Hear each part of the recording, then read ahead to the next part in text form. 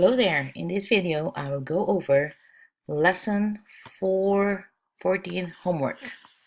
First problem, you are given a system and you are supposed to solve the system, which means you're going to find the values of x and y that will make both equations true.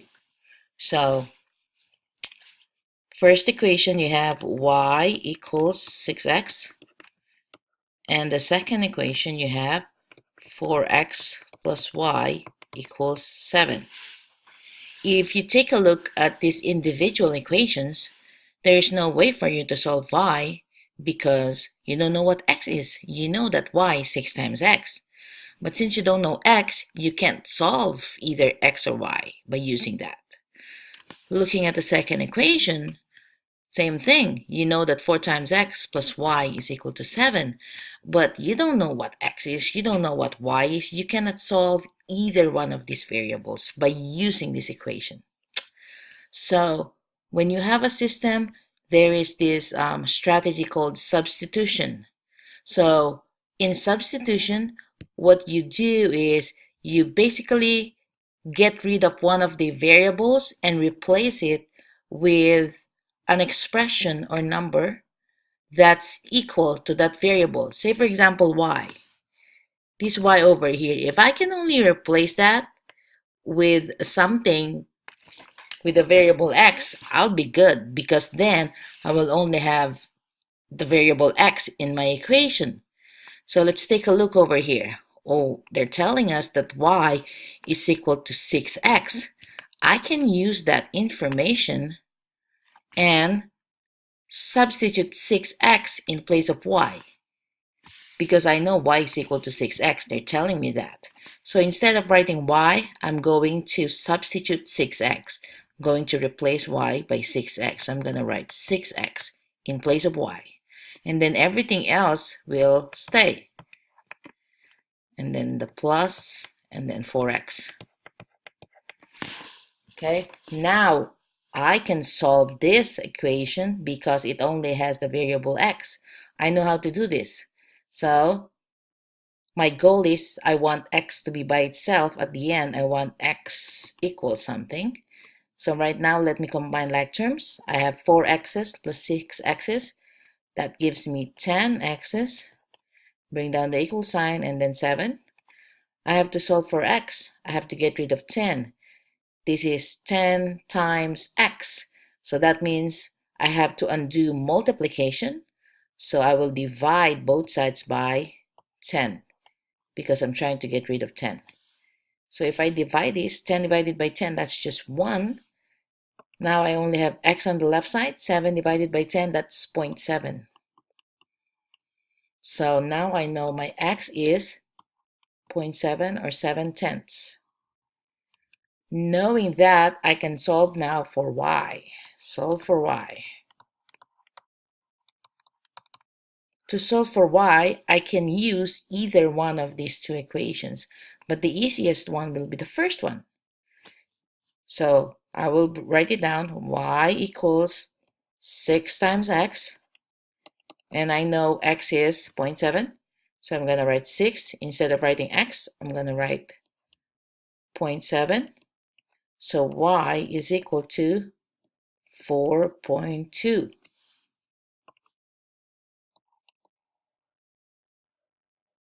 So these are the values of x and y that when I plug in here should make both equations true.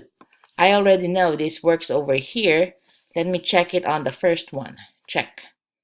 Check. So I'm going to write the second equation. 4x plus y is equal to 7. Let me plug it in. So 4x, that's 4 times. Instead of writing x, I'm going to write 0.7. And then plus y is 4.2. Does that equal 8? I mean 7? Let's see. 4 times 0.7, that's 2.8. And then plus 4.2. 2.8 plus 4.2, that's 7. So I know my answer is correct. So the solution to this system would be 0.7 and 4.2. So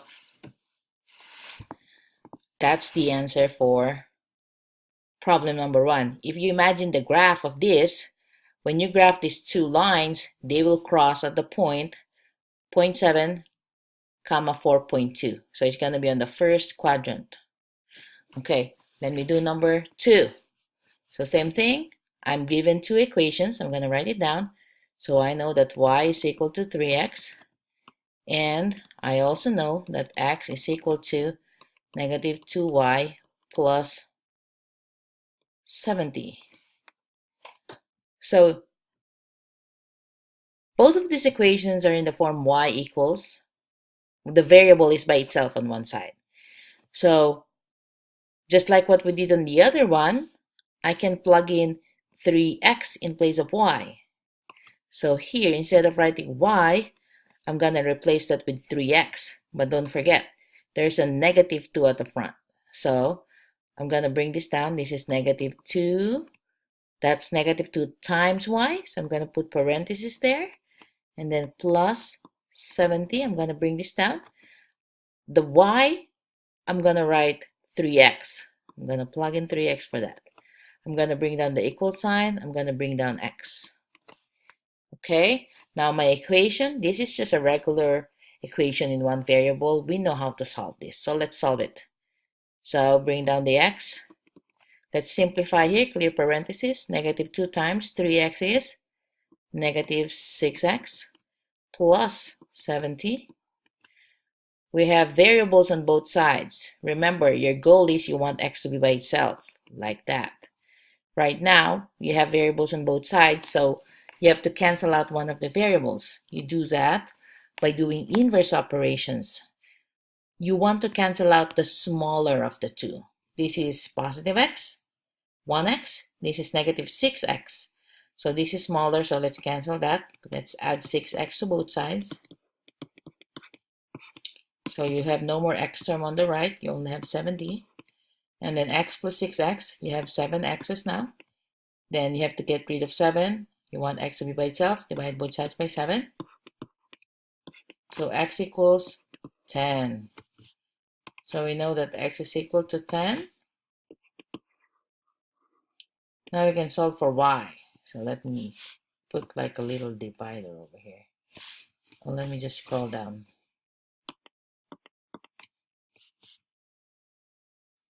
Okay, solve for y. Solve for y. Again, you can use either one of these equations here to solve for y. I'll use the first one because that's easier. I know that y is 3 times of x. And I know that x is 10. So y is equal to 30. So the answer for the second equation is 10 and 30. When I plug in those values, it will make the equal sign true for both. All right. Problem number 3. Which equation, together with negative 1.5x plus 3, makes a system with one solution? Okay, so they're telling you want an equation with one solution. We talked about this in class, and when you say they have one solution, that means they're crossing at one point. So that means one point of intersection. And that will happen when the slopes are different. So all you have to do to solve this is figure out what's the slope of your first equation. So the slope, remember, is the number in front of x. When your equation is written in y equals mx plus b form. So the number in front of x is negative 1.5. So the slope is negative 1.5. The other equation must have a slope other than negative 1.5. So you just look over here. Which equation together with y equals negative 1.5x plus 3 will make that true? So this, nope, because that's the same. That's the same. When you simplify this will also be negative 1.5, because when you divide everything by y, by 2, so that's 2y equals negative 3x plus 6. When you divide everything by 2, so the y equals, this will be negative 1.5x plus 3. So that's the same slope, so you don't want that. This one, same thing. When you simplify this, you will also get negative 1.5. This one is the answer because this is written in slope-intercept form and the number in front of x is negative 2, so that's the correct answer. Okay, let me just show the simplifying for this one, because this is not written in slope-intercept form, so you can't really figure out the slope by looking at that. So let's simplify that. Remember, you want y to be by itself, so you have to get rid of 3x. So now you have 2y is equal to negative 3x plus 6. Then divide everything by 2 to get rid of 2. So y equals negative 3 divided by 2, negative 1.5x plus 3. So again, this one has the same slope. We don't want same slopes. They must be different to have one solution. So the answer is E. Okay, number 4. The solution to a system of equations is 5, negative 19. Choose two equations that make up the system. So the concept here is that to be a solution, that means when I plug this in, it will work. So to figure out which equations make up the system, all you have to do is to plug in these values to each of these, and whichever gives you a true statement, that's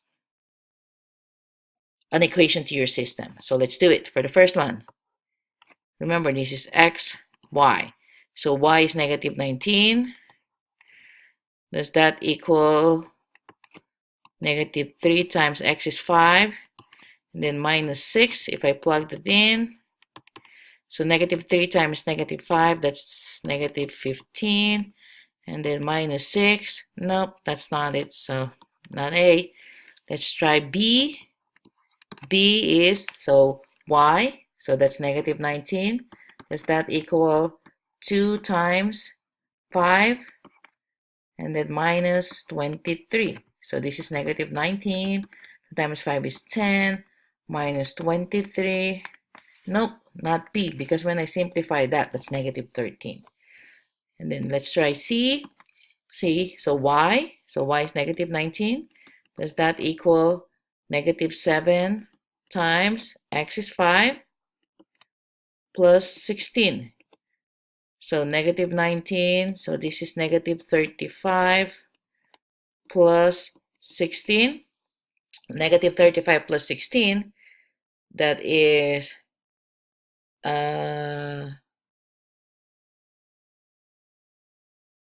negative 19. So C is correct. C is one of the equations because when I plug in 5, negative 19, it worked. So let's try D. D, y. So y is 5. I'm sorry, y is not 5. Y is negative 19. Let's erase that. Okay. So this is, I'm trying D. So y is negative 19. Does that equal x is 5 minus 17? Nope, not D. Then it must be E. So let's try E. E, so y is negative 19, and then equals negative 2 times x is 5 minus 9. So negative 19. Negative 2 times 5 is negative 10 minus 9. Yep, negative 9 minus 10, that's negative 19. So the answers, the two equations here would be C and E. All right. The next one. Consider the equation 2 times 3x plus 4 is equal to ax plus b. Find one value of a and one value for b so that there is exactly one value of x that make the equation true. Okay, so these again about, solutions to a system, the number of solutions. When they say one value of x, that means there's one solution. And recall, what do we know about the slopes of lines with one solution? The slopes must be different. Okay? So all you have to do is to figure out the slope of the given equation, and then your slope must be different than that. But here, we can't really tell the slope because you have to simplify this first. So let's simplify it. Clear parentheses. So 2 times 3x is 6x. 2 times 4 is 8. Equals ax plus b. So we're comparing a and then 6. For them to have one solution, they must be different. So this is 6. You can choose any number other than 6 to be your a. So I'll say I'm going to choose 5. The b doesn't matter because it's only the slope that affects the number of solutions when you have one solution. So I can use 8 if I want to. I'll just use something else. I'll use 1. Okay? But remember, when there's one solution, the slopes must be different. So figure out the slope of the given equation and then choose a slope that's different than that. Alright? Okay. For the second one, it's the same thing, but this time they want infinitely many values of x. And what do we know about that infinite solutions? So when they say infinite values of x, that means infinite solutions. We know that the slopes are the same and y-intercept are also the same because they're exactly the same line. Remember, on top of each other, overlapping. That's why all the points are solution to the system. So since we simplify this already, the slope is 6. You can use 6 over here. And the b, exactly the same thing, must be 8. So 6 and 8. All right. This one, the graph of a system of linear equations is shown below. So you're given a graph of a system. Which ordered pair is the best estimate for the solution to this system of linear equations? So graphically, we know that the solution to a system of linear equation would be where the two lines cross, and they're crossing right here. So you just have to estimate the ordered pair for this point.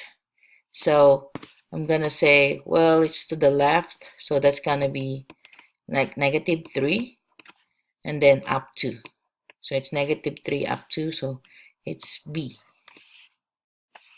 All right, the last one. On the math test, Isaac solved the following systems. So given a system, and then these are the last 2 lines in Isaac's work. After he figured it out, he ended up with no variables, and this statement says -2 equals 4. We know that is false. False. That's not true. -2 will never equal 4. So when you have that, that means there's no value of y or x that will make both equations true. Let's just see what's happening here because it's a multiple choice question. Assuming Isaac solved the system correctly, which statement best represents the solution to the system? Y equals -2? Nope. Because if it's y equals -2, I should end up with something like y equals -2. But I did not end up with something like that, so that's not it. Y equals 4? Nope. Because if it's y equals 4, I should have ended up with something like this. There are infinitely many solutions to this system.